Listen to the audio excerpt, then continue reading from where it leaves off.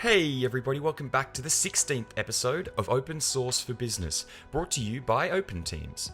My name is Henry Badgery, and this is the podcast where you get to learn from the world's top open source software experts so that you can better manage the open source technologies within your business.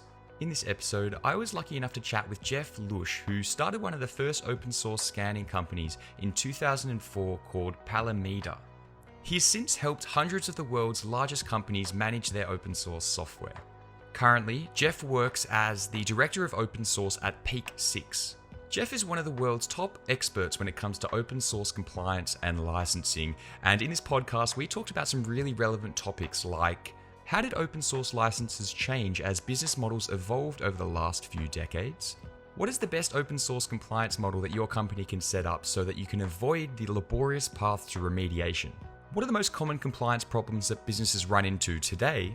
And finally, how to build a culture of compliance within your company. Jeff is active on Twitter and also has a tech and IP blog. I'll leave the link to both of those in the description below. And again, this podcast is sponsored by Open Teams, the first market network where users of open source software can find, vet, and contract with service providers. Open Teams is your single source for everything open source. So, now that the introductions are out of the way, let's turn up the music.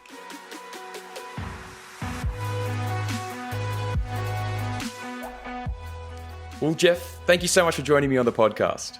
It's my pleasure, Henry. Thanks for having me. Jeff, I've really been looking forward to getting you on the podcast, and I thought we'd start by asking, how did you get into open source software? Sure, it's a great question. I think everybody loves explaining how they got into open source. I graduated college where we had absolutely no open source education whatsoever.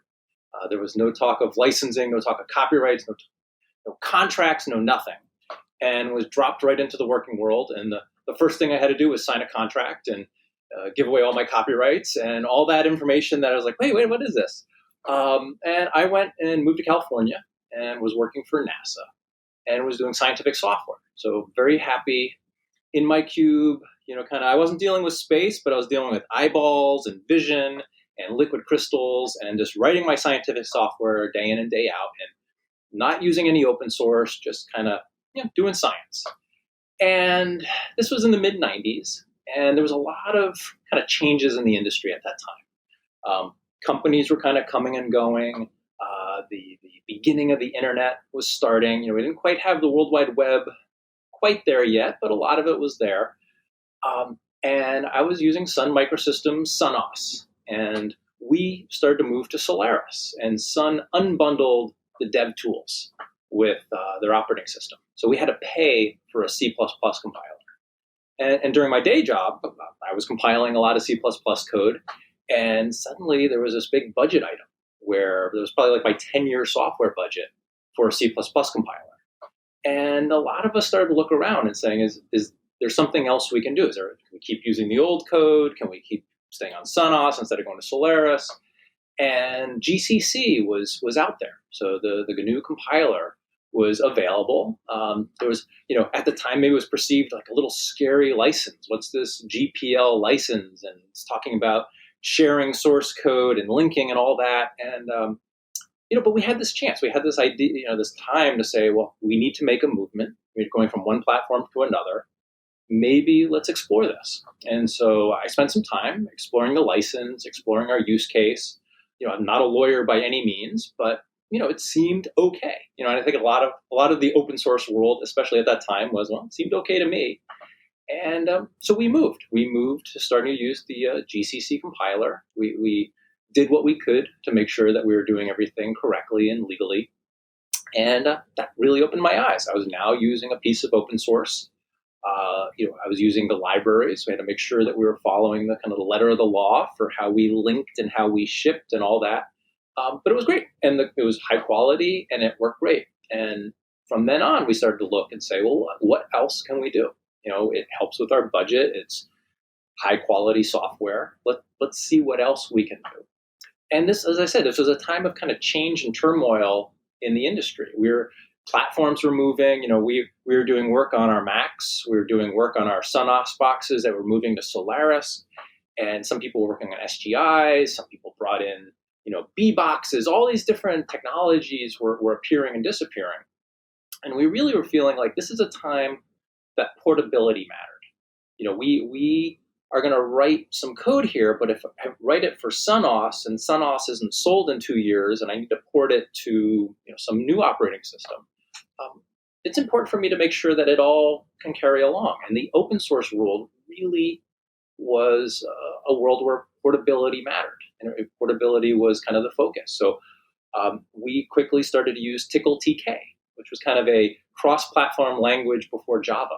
We do a lot of our user interfaces in TickleTK, and our backend would be in classic vanilla C or C++. And again, the licensing, can we use this license? Can we use the software? And again, it was great. It was high quality. It didn't cost us any money, maybe a little bit of time. And the source code was available. We could meet the actual authors of the language. We'd go out to meetups, and there would be the person who was writing the software. And it was just a great world. And he said, this is a world I want to participate in. And then the dot-com boom exploded. So it's now 99, 2000, and I moved from doing scientific software to working at the dot-coms. And you could just see the struggles with the open source world. We've now kind of rotated into using open source everywhere. And my day job was writing software, doing code reviews and working with teams. And I started to see kind of the flip side of open source. We were using it everywhere. We had a case where one of our developers had been asked to do a prototype and said, yes, of course I can do it. Look, great. Look how great it is. And one of the issues with prototypes is often they become the shipping product. And the shipping product was out there. And when I was doing a code review once, I discovered that the basis of it was a GPL library. And so, a little background on licensing. Some licenses say, if you're going to use this, just give me credit. Other licenses say, if you're going to use this and give it away, make sure you share either some or all of your source code. And this was a case where the license said, if you're going to share this, you need to share all of your source code for the entire product. And this was a problem. We were a commercial company. We're trying to sell ourselves. This is the type of thing that would block an acquisition or really effective an acquisition. And we fixed it. We eventually did the hard work and fixed it, which is its own story. But it really opened my eyes. As that company kind of came and went, I find myself now in 2003 saying, hey, there's something to be said around helping people use open source. And that's where I ended up. So before we start to explore best practices for companies that are wanting to make sure they're compliant with their open source software, I thought it'd be good to ask you to give a quick crash course on open source compliance and licensing. Sure. Great question. When it comes to open source, at the heart of it is open source licenses, which is a way that the programmers can give permission to other people to use their programs. And with pretty much anything where you put pen to paper, whether it's software, movies, music, literature, the original author has a lot of rights, basically the rights to give people permission to use or not use their stuff. And we're all familiar with commercial licensing. I want to go buy an app in an app store. I want to go get a word processor. I give money and I get permission. So I purchase permission through a commercial license. The open source world, they basically said, a lot of people want to use our code, but I don't want to have to answer emails or the phone and say, yes, it's great. Yes, please, you can use it, whatever you want. What the open source world did is they said, if you can follow these set of rules or these set of obligations, you do X, Y, and Z, you have permission to use my software, use my source code, use my app, whatever it is. And so that's what open source licensing is basically kind of default permissions, if you follow the rules, to use their code. And we typically see there's kind of two major philosophies of open source. And we can cut it up even further if we wanted to. But there's the philosophy of give credit or keep credit where it's due. And that's going to be kind of the more, some people call them permissive or attribution style licenses, like the BSD license or the MIT license. If you use it, tell people that you're using, where you got it from, or at least keep credit in the source code. The other side is what people might call free software or copyleft. The idea is not to share credit, but share the source code itself. So if you use it or distribute it, and there's going to be different rules depending on the license, you're expected to either give part of the source code away, maybe just your changes or the original library, or the entire program that you built. And so that's kind of the two sides of the coin there: give credit or give source. So you were involved in open source in the 90s, and I'm sure you've seen it evolve over the years. But what I'm curious to know is how have the changes in business models affected and impacted open source licensing and compliance? Sure. And I think, as we look back, the 80s, the 90s, the 2000, 2010, 2020s, it almost seems like each decade has a different flavor of what the business concerns are, what the business models are for different businesses. Are we shipping physical hardware? Are we a web service or whatever it may be? So if you looked in the 90s, it was really kind of the impact of desktop computing and kind of mini computing. You had a big server room. There was big questions about who were you buying hardware from and what software libraries were you using, what frameworks were you using. And you saw the licenses from the 80s and 90s really reflect that. So that's where you had kind of the short and sweet, very developer-created licenses like the MIT license, the BSD license, the GPL license, that really was around the software on the machine that you owned. So I own this desktop, I own this printer, I want to be able to interact with this hardware in some way. I want to be able to change it. I want to be able to run my own software on the device that's in my house or in my company. We then saw kind of in the late 90s, 2000s, kind of this move to the internet. So, what we call, web, the cloud, Web 2.0, et cetera. And the idea was we're now dealing with networking. So you saw where kind of the licenses came in around networking stacks. You saw how companies were starting to make money. And this is really where you saw kind of the, I don't know what you call it, the lawyer influence on the licenses or whatnot. But you could tell the licenses went from, maybe 15, 20 lines of the BSD license to hundreds of lines for like the Apache 2.0 or the Mozilla public license or the Eclipse public license. So what are things that are important to businesses? What are important to define? So in case there is ever a discussion about, am I doing the right thing? We asked about compliance before. Compliance is basically doing the right thing for the agreements that you signed up for. So you saw as businesses got involved, the licenses became more, maybe less clear for humans, but more clear for businesses. This is what I mean when I say this. This is the definition of this word. By patents, I mean X, Y, Z. And so you saw that happen in the 2000s. And then as we really started to move into kind of platforms as a service, basically kind of the classic cloud, what we see now, we're starting to see kind of questions about business models, about licenses, around who's allowed to run code or provide services. So we're starting to see kind of the next generation of that happening. So you're going to see some discussions around like the SSPL license. Basically, can I, as a company, say who can run my software and who can't run my software? This is perhaps about who gets to make money off of this. Isn't that open source? Is that commercial? I'm going to kind of basically say it's open source adjacent. It's not officially an open source license, but people often, we see open source companies or open source projects kind of change into this, where there's money involved and businesses involved and customers are involved. And what are the types of things that they change because of these activities? And I think we're just starting with that journey. I don't know what that's going to look like in 5 years. I can have my guesses. I think we're going to see more pressure on these kind of restrictions, and the industry is going to have to decide: is this still open source or is this something else? And I don't think we've defined that. I definitely think we're going to see some interesting times ahead when the industry starts to set out, okay, this is open source and this isn't open source, because at the moment we've seen quite a few quasi-open source models that have come about.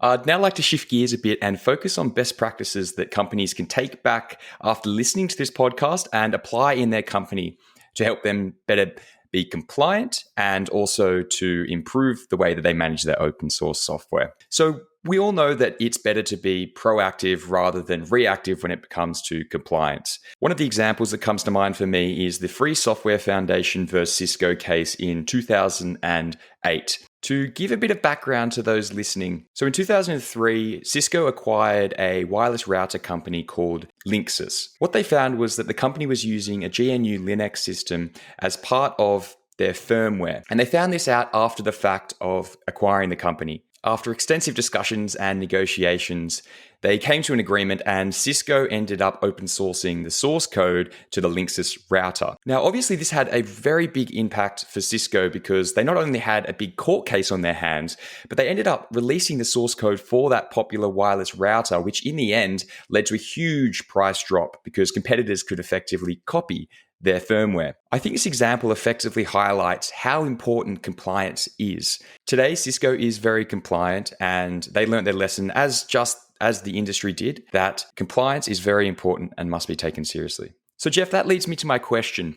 What's a good open source compliance model that managers and executives can establish within their companies to avoid the laborious path to remediation? Sure. When you look at your company right now, you're probably going to have two phases that you have to look at. One is, can we get it right the first time for all things moving forward? Have we educated our developers? Do they understand what the proper use of open source technology is? Do they understand the licenses? Do you have the policies and procedures in place? That's a great way of kind of staying compliant. And then you have to look backwards and say, what have we done up until today?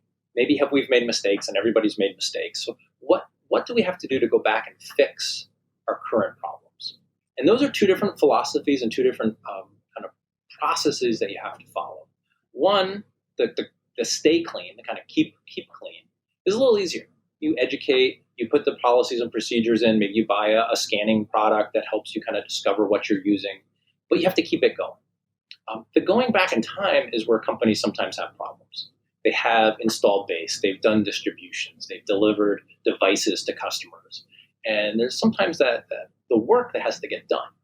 What do we have to do to fix these problems? It's important to address those because you want to address it on your timetable, not somebody else's timetable. I think that's one of the important things about just working on compliance. At the heart of it all is creating what's called a bill of materials. What did you grab from the internet? What did you download? What are your developers using? What is the open source libraries that you pulled in? Where did they come from? What are their versions? What are their licenses? Do they have any security vulnerabilities that are known about right now? And you produce that bill of materials, that kind of inventory, and it allows you to start making these decisions with some information. What are the first things to fix? How do you fix it? How much energy and time and money do you need to put in? What's the business risk? Should this product line continue going on? Or maybe you should just close it down on the next release because it's too hard to fix.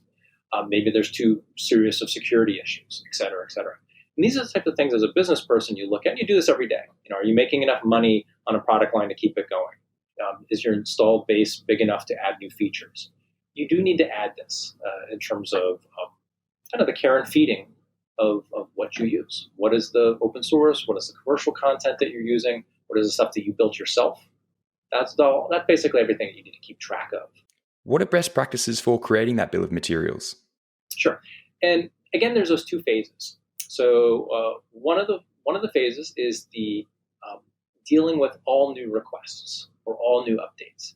And that's typically where somebody might install a request system or a scanning system to say, when a developer wants to use something new, they typically tell their build system or their repository system, I want to use a new library. Here's what it is. Here's the name. Here's the version. And if you've set up these systems in place ahead of time, you can get an alert and it says somebody's requested something new, and maybe it's already covered by your policy. You've already said all things under Apache 2.0 are fine. All things under BSD are fine. And it can just get accepted and approved.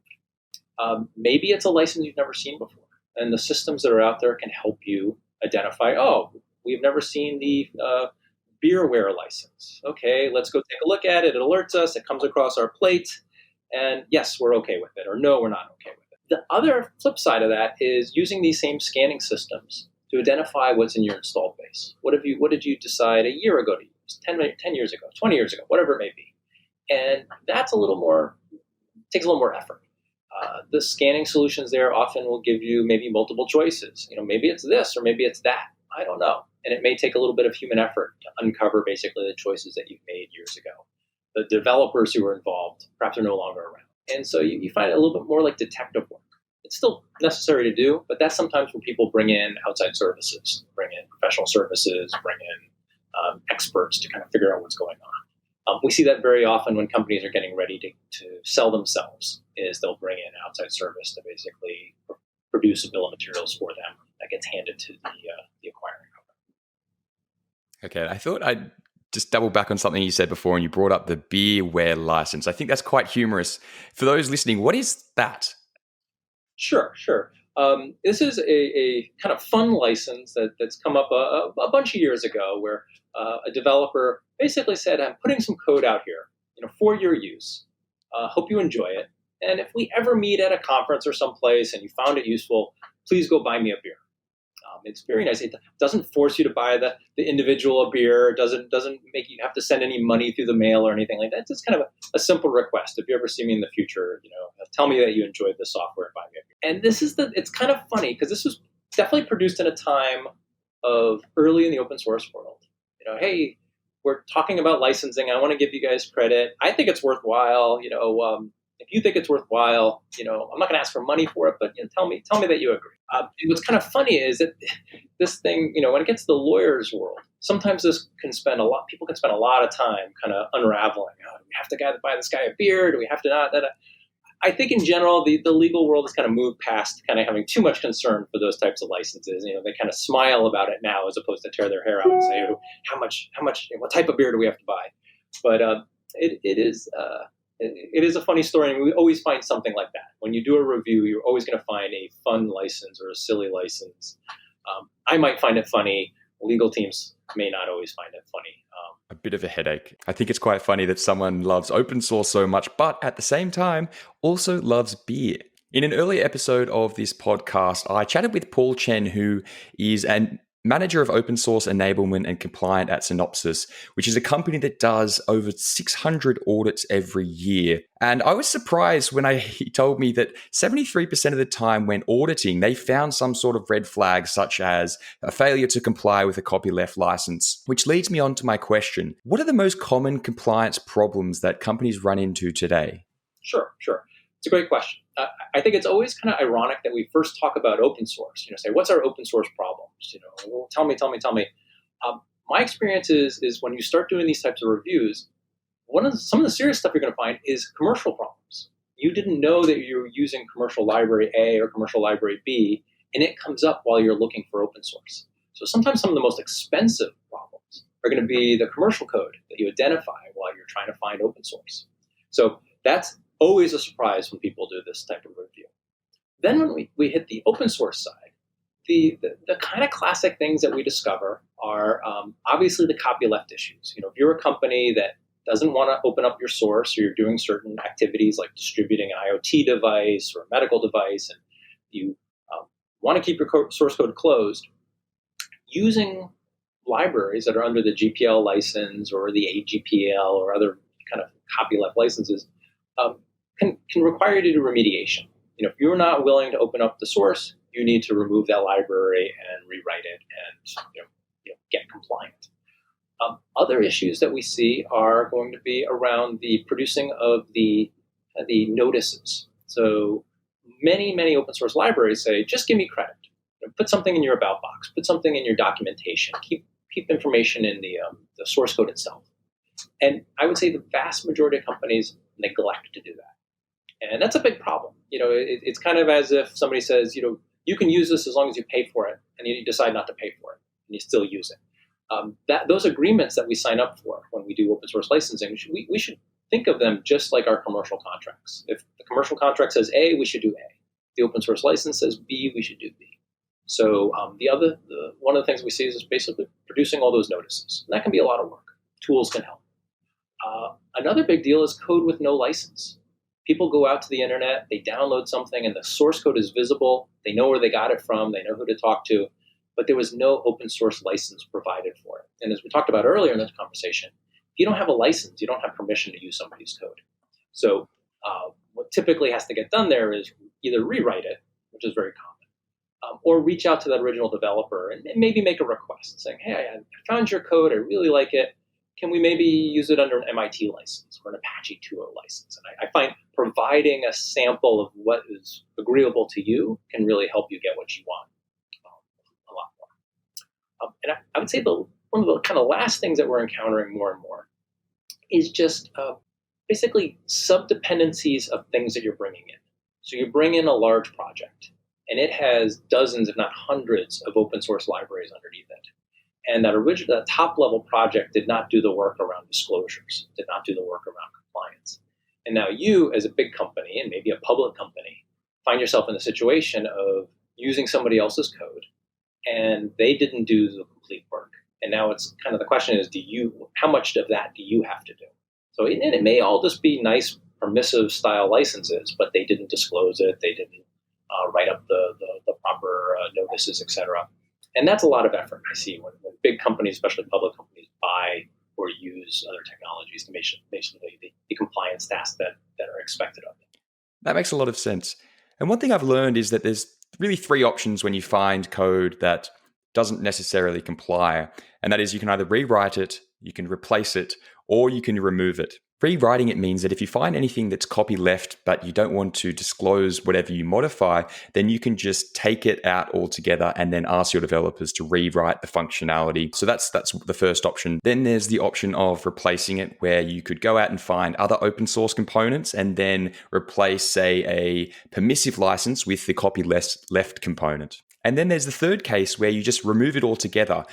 Usually you'd go to your developers and you'd say, hey, do we really need this line of code or this file inside the code base? And sometimes they come back and they might say, we don't need to use that. So if the goal is to try to eliminate the risk altogether, then removing it might be the best option. But now that we've covered what the most common problems companies face are when complying with open source software, I thought a good next segue would be to talk about how to build a culture of compliance within a company and why it might be so important to do so. Sure, I think that's a great question.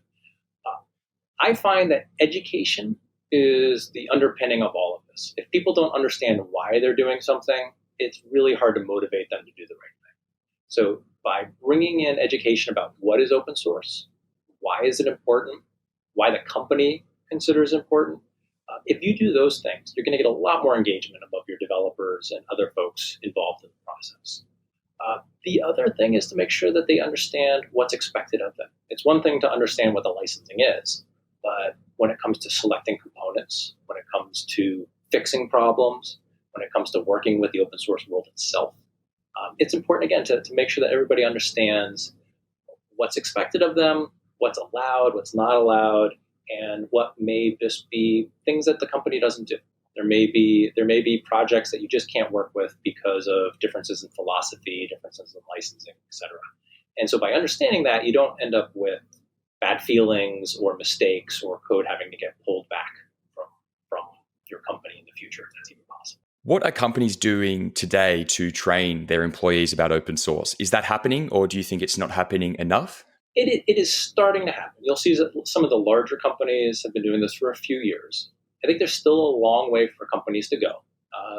As I mentioned before, it's something that's not really taught too much in engineering school. It's starting to get there, but it's really falling on the companies to do this themselves. One of the good things is we're starting to see the community pick up some of the slack. So you'll see that there's some great projects like the OpenChain project, which is part of the Linux Foundation, and other organizations like that who are producing reusable education materials around open source licensing, compliance, and security. So it's a lot easier to come in as a company and say, we want to set up an open source education program. Where do we go? 5 years ago, 10 years ago, you had to build it yourself. You had to go sit down and put together your spreadsheets and your PowerPoints and whatnot.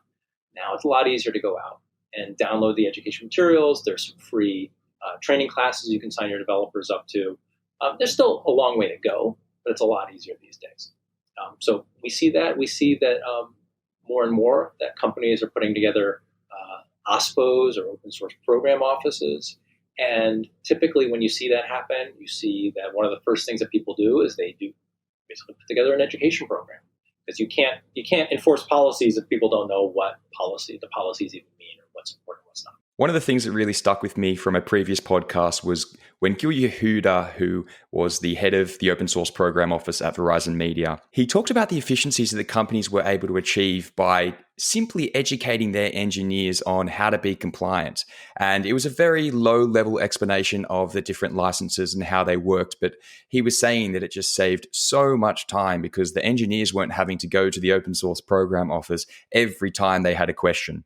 I think that's exactly spot on. By educating your developers about what's appropriate and pointing them to places where to look for more information. So I think it's very important to have a site for your program office or just for your open source policies in general. Say, here's what our policies, here's what we like, here's what we don't like, here's where you can go for more information, here's my email, here's my phone number, here's my Slack or whatever it may be.